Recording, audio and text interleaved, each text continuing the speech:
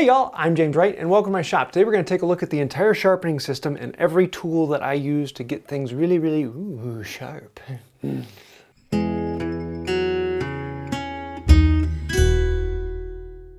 So first off, let's start here with the base station. This sharpening station is something I made a long time ago. It's kind of based off of the Paul Sellers design, which is these three, but I like adding the strop on here so I can have the same system to go through it. My plates are all DMT DiaSharp. I've had them for about 7 years and they're still cooking good and strong, and they're going to be that way for a long time. These things are almost a lifetime purchase. Back when I got these, DMT was the only company that really made quality diamond sharpening. However, in the last few years, we've gotten a lot of other companies that make really good diamonds that are honestly a better bang for the buck. But DMT is still generally considered the top of the market. If you want really good, high quality, that's what you're going to want. For my everyday sharpening, I use a coarse, a fine, and an extra fine. They do also make an extra fine, and then they make some other ones in there, but those are the ones that I'm using all the time. Now, I'm not going to give you grits because the diamond grits do not equate to regular grits and whetstones. Basically, it's around 400 to around 1200. And I will leave links to all of them down below. I also have an extra coarse. This one you can see the diamonds have actually chipped off of this place here. It's one of the problems with really big diamonds, extra coarse, and those, they don't last as long. All of these ones, these will last you for just about ever, but once you get into the big diamonds and the coarse things, the diamonds aren't great. I rarely bring this one out. It's just when I really need to grind something. If I'm sharpening, I might even start with the fine and go into that. I might not even use the coarse stone. But most of the time, if I really need to grind stuff, I'm going to take it over to the sandpaper. Something like 36 to 50 grit sandpaper belts. I'll actually cut the belt, lay it out flat on glass, and use that to grind. And it's incredibly fast. Even though I have a grinder, I never use it because I prefer to actually grind on sandpaper. I find it to be just as fast and honestly a lot easier to work with. If you want to see videos of me actually going and sharpening, I've got a ton of videos on that. I'll leave links to those down below. There's going to be a lot of links in this video, so go down below. I'll have a whole list of things you can look at on there. The last step in my sharpening system is this. It is a strop. Wood by Wright strop made with real, genuine horse butt leather. I use green chrome oxide as my buffing compound, and I really love the finish I get off of this. Now, I could go on to really fine water stones or oil stones and make that beautiful polish, but I found in testing, honestly, I'm not going to get any more durable of an edge or any sharp edge that will last me more than a couple strokes doing anything more than this. So 1200 grit extra fine into the strop is an amazing edge that will last a long time. But every now and then I've got a gouge, something with a curved shape to it, and for that, DMT actually makes the wave. I use 2 of these. They're equivalent to the fine and the extra fine. Most of the time when I'm working with carving gouges, I don't need to do a lot of grinding on them, and so this will work fine. What you end up doing is you just find the section that is about the right size, and you just work that section. Then you can flip it over and do the other side. They're a little bit annoying, but it's nice to have these 2 rather than a huge set of slipstones.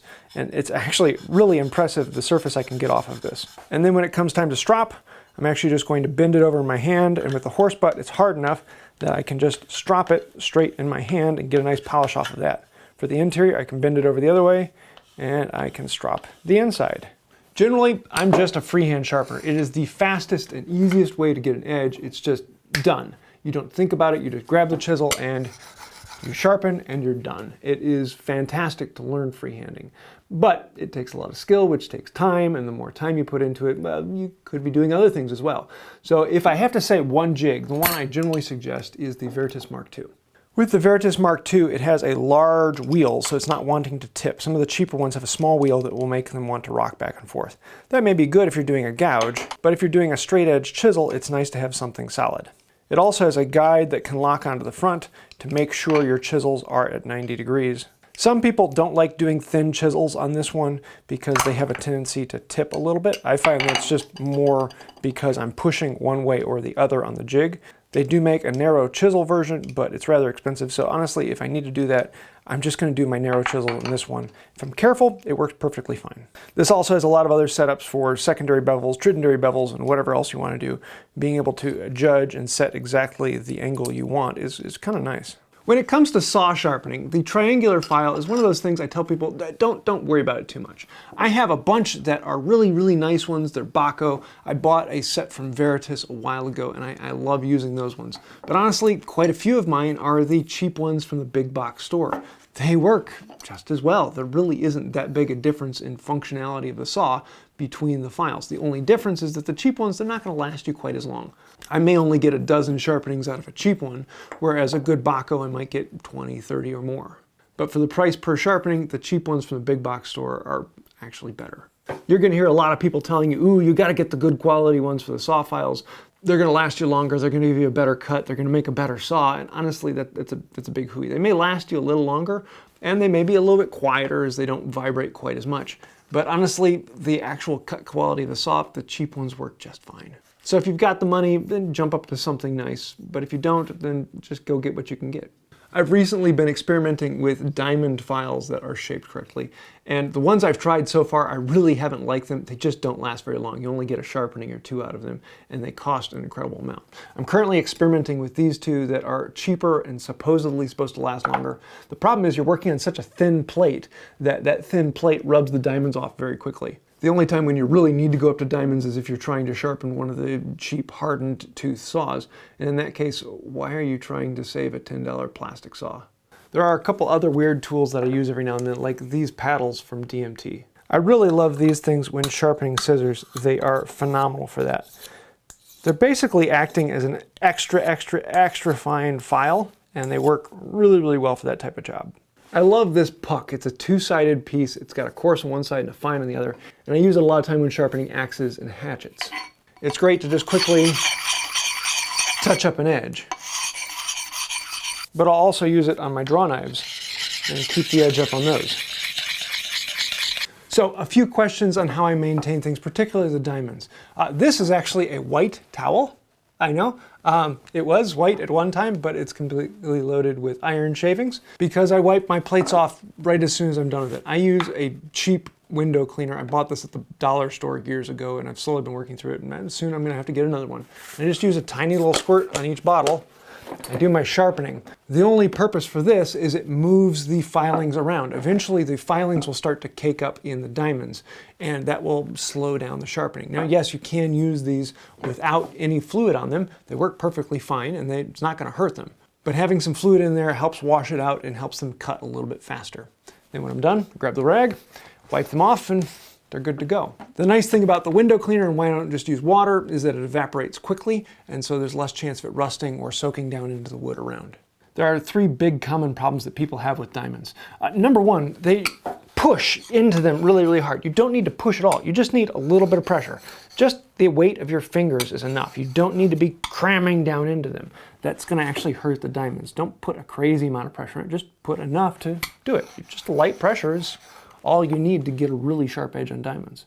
The second problem is when you first get them, they are incredibly aggressive. They grind through steel unbelievably fast. It's just, you look at them and you're sharp. It's amazing. But that wears down very quickly, and over the course of a couple weeks to a couple months, they mellow out and they become far less aggressive. And a lot of people think, wow, I wore them out very, very quickly. No, you broke them in. That's one of the things with diamonds, is that there's an aggregate sticking up. And the big aggregate on there that's kind of loose on the top, you work that off over time. And then you get down to the stuff that's going to be there for just about ever. So understand, when you first get them, they're going to be really aggressive, but then they're going to mellow out and they're going to be there for decades to come after that. And number three, probably the biggest complaint I get, is you don't get that perfect mirror polish you do get with the Waterstones. And you could do that if you went up to a higher grit, because I'm stopping at around a 1200 grit-ish. I don't need that mirror polish. If I want that, that's what the strop is for. Then I can get the mirror polish on there. But these cut very differently than Waterstones. There is an aggregate that sticks up and it scratches as it goes past. Kind of the way you think sandpaper works. But Waterstones actually create a slurry on top, and that slurry is what does the cutting. It's almost like an orbital sander and will polish the surface. And so that's why I don't like equating the grits between these, because a 1200 grit diamond is not really an equate to a 1200 grit Waterstone, because they cut differently and you're going to get different surfaces off of them. So yes, it is a very different thing, and you don't get that zen feeling of sharpening on diamonds.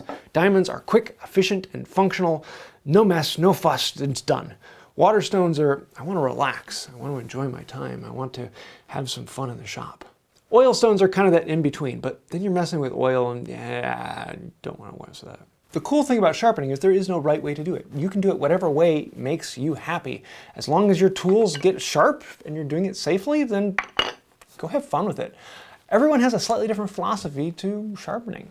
For me, I honestly don't get a huge amount of enjoyment out of sharpening. It's not an incredibly fun thing. I want to get through it, I want to get done, I want to get back to the fun part.